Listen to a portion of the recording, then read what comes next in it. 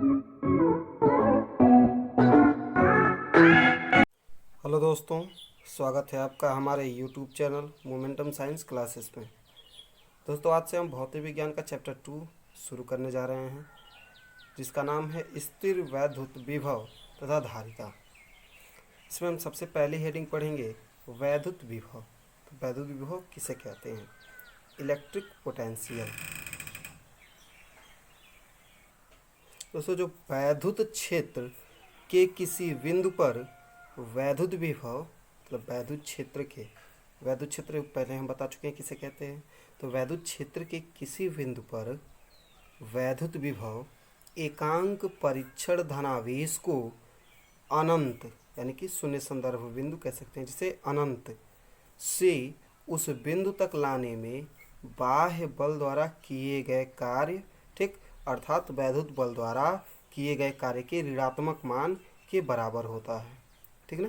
जैसे अगर कहीं पे देखिए, कोई हम मान लेते हैं कि कोई धनावेश है हमारे पास, उसे हमें किसी एक स्थान तक ले आना है। ठीक, जैसे हमने लिखा है यहाँ पे कि एकांक परीक्षण धनावेश को अनंत से, मतलब जहाँ पे शून्य संदर्भ बिंदु, जहाँ पे मतलब विभवांतर 0 हम मान लें, तो वहाँ से हमें क्या करना है, उस बिंदु तक, किसी बिंदु तक लाने में जो बल लगेगा, ठीक, मतलब जो परीक्षण धनावेश को किसी निश्चित बिंदु तक लाने में जो बल लगेगा, ठीक, उसे हम क्या कहेंगे, विभवांतर कहते हैं। अब वैद्युत विभवांतर जो होता है, वैद्युत विभवांतर की परिभाषा अभी वैद्युत विभवांतर किसे कहते हैं ये भी हम आपको बता रहे हैं।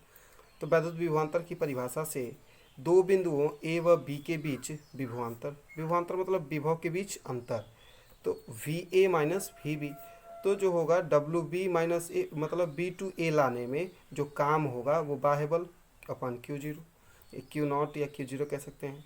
और ये इसलिए यहाँ पे माइनस का चिन्ह इसलिए लगा है क्योंकि ये अर्थात वैद्युत बल द्वारा किए गए कार्य के ऋणात्मक मान के बराबर है, इसलिए हमने यहाँ पे ऋणात्मक चिन्ह लगा दिया है, वैद्युत बल के विरुद्ध कार्य कर रहा है।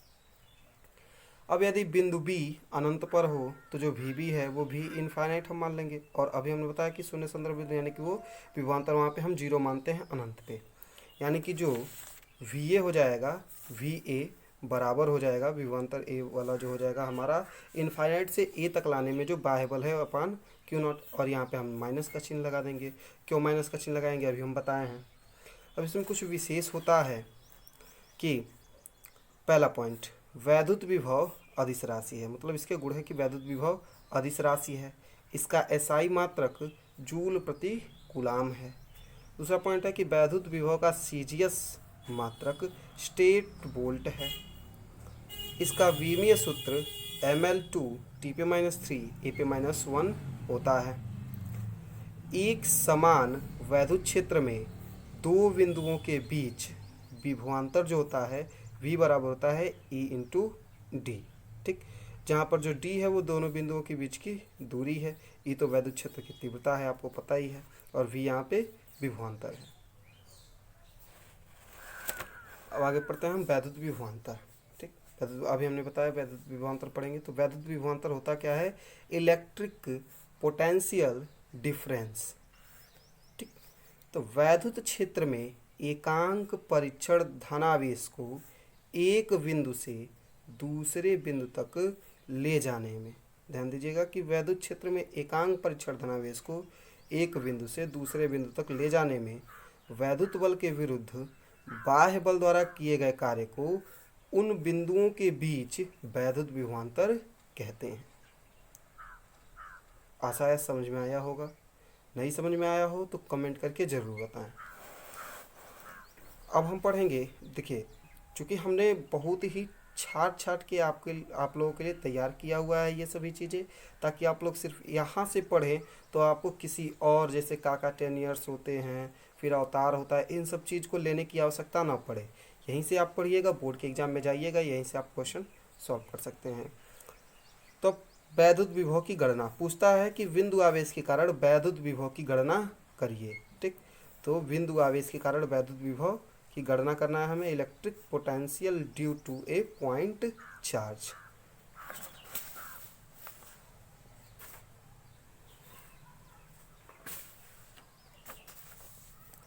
तो हम कर लेंगे, यहाँ पे हम मान लेंगे कि कोई पॉइंट चार्ज है। ठीक, ये हम मान लेंगे अनंत है। यहाँ से एक छोटी सी दूरी मान लेंगे dx, ये b पे है और यहाँ पे हमने माना हुआ है p है। ठीक, यहाँ से यहाँ की दूरी हमने x माना हुआ है, यहाँ से यहाँ की दूरी हमने r माना हुआ है। ठीक, तो फिगर आप लोगों को समझ में आ ही रहा होगा। हमने यहाँ पे फिगर के बारे में देखिए, जब भी हम डेरिवेशन करते हैं तो फिगर के बारे में एक्सप्लेन करना बहुत ज़रूरी होता है।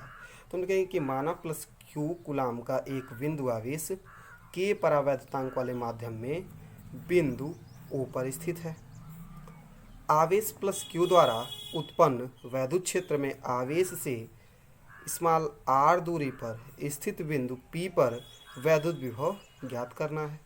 ठीक, अब यदि परीक्षण आवेश क्यू नॉट रेखा ओपी के अनुदिश ओ से एक्स दूरी पर स्थित बिंदु ए पर रखा हो, अभी हम बताया ना कि स्थित बिंदु ए पर रखा हो, तो इस पर कार्यरत वैद्युत बल जो होगा F बराबर, अब जब वैद्युत बल की बात आ जाएगी तो F बराबर उसमें कूलाम का नियम लगाएंगे, 1/4πε0 के Q into Q not upon x का स्क्वायर, क्योंकि बीच की दूरी x है।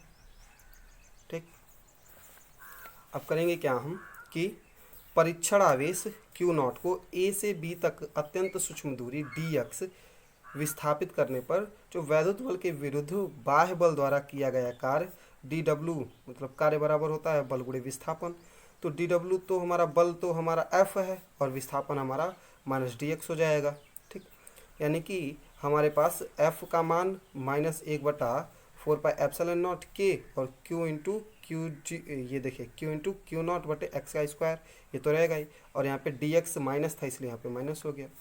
अब चूँकि विस्थापन x के घटने की दिशा में इसलिए माइनस। ठीक, जो यहाँ पे माइनस क्यों लगा है तो इसकी बात इसलिए है चूँकि विस्थापन जो x है वो घटने की दिशा में है, इसलिए माइनस में हो गया।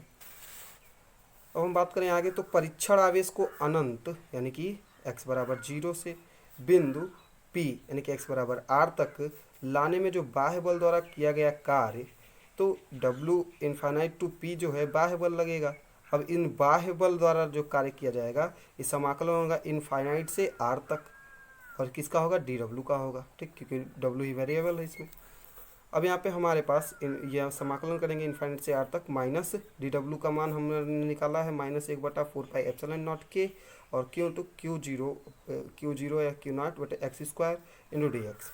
अब इतना करेंगे तो ये तो हमारा कांस्टेंट है। ठीक, ये कांस्टेंट है और ये हमारे पास कांस्टेंट है, dx है यानी कि x का हमारा समाकलन होगा। तो अब करते हैं हम समाकलन। तो देखिए आगे बढ़ेंगे हम, तो यहाँ पे जो कांस्टेंट होता है उसे हम बाहर निकाल लेंगे, जो कांस्टेंट नहीं है उसका हम समाकलन कर देंगे। जब समाकलन करेंगे तो हमारे पास dx अपन एक्स स्क्वायर का ये जब समाकलन करेंगे तो -1/x आ जाएगा। ठीक, तो ये हमारे पास r इनफाइनाइट से r तक होगा और यहाँ भी माइनस यहाँ भी माइनस, यानी कि दोनों को हम प्लस कर सकते हैं। अब ये तो हमारा आ गया। अब 1/x इनफाइनाइट से r तक, यानी कि एक बार हम x का मान r रखेंगे, एक बार x का मान इनफाइनाइट रखेंगे। तो देखिए हमने यहाँ पे एक बार x का मान हमने r रखा है, एक बार x का मान हमने इनफाइनाइट रखा है। अब चूंकि इनफाइनाइट का मान तो हमने 0 पहले ही मान चुके हैं, यानी कि 1/4πε0 के और यहाँ पे q इंटू क्यू नॉट बटे ये जो r है इसका गुणा हो गया, r हो गया।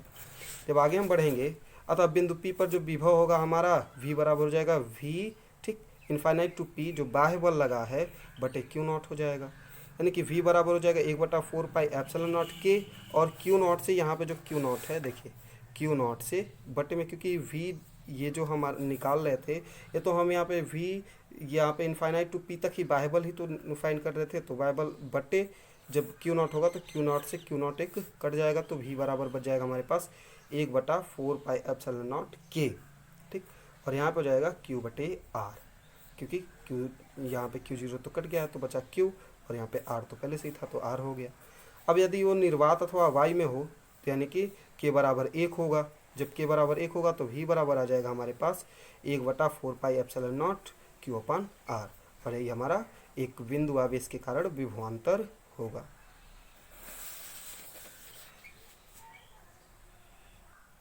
दोस्तों अगली वीडियो में हम पढ़ेंगे वैद्युत द्विध्रुव के कारण वैद्युत विभव कि electric potential due to an electric dipole. ठीक, तो चैनल को, अगर चैनल पे आप नए हो तो चैनल को सब्सक्राइब कर लें, बेल आइकन को प्रेस कर दें ताकि आने वाली हर वीडियो और अपडेट आप तक तुरंत मिलती रहे।